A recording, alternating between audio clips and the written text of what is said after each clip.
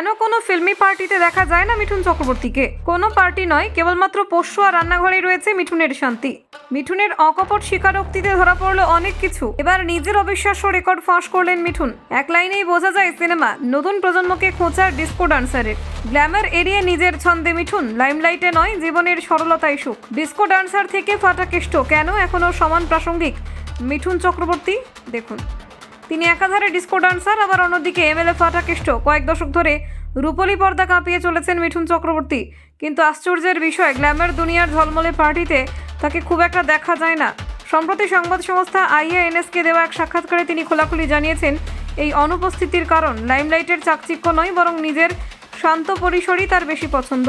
পরিবার, বাগান আর পোষ্যদের সঙ্গে সময় কাটানোতেই তিনি খুঁজে পান প্রকৃত আনন্দ।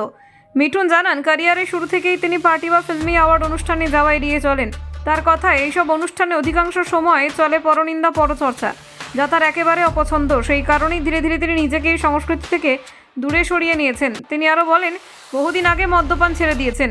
বর্তমানে অধিকাংশ পার্টির পরিবেশের সঙ্গে তিনি নিজেকে মানিয়ে নিতে পারেন না, তাই সেখানে উপস্থিত থাকাটা তার কাছে অস্বস্তিকর বলে মনে হয়। তার চেয়ে তিনি নিজের বাড়ির শান্ত পরিবেশে থাকতেই ভালোবাসেন।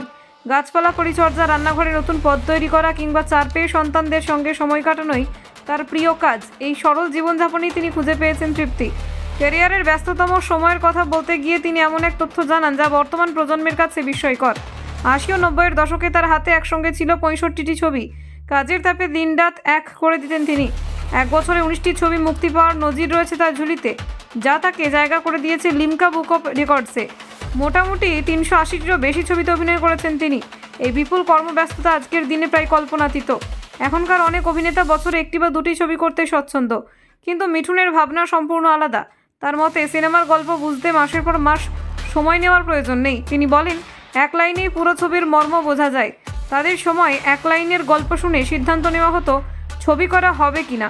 কাজের প্রতি এই আত্মবিশ্বাস এবং দ্রুত সিদ্ধান্তই তাকে আলাদা করে তুলেছিল। বর্তমানেও তিনি সমানভাবে সক্রিয় রয়েছেন, তবে এখন আর সংখ্যার দিকে নজর দেন না, বরং বেছে বেছে সেই কাজগুলোই করছেন যা তাকে মানসিকভাবে তৃপ্তি দেবে।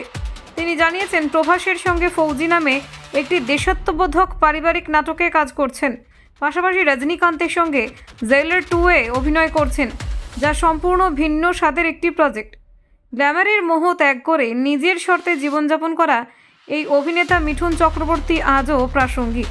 তার জীবনে দর্শন যেন একটাই, পরিশ্রম, সততা আর আত্মবিশ্বাস থাকলে সময় কখনো ফিকে করে দিতে পারে না একজন প্রকৃত শিল্পীকে।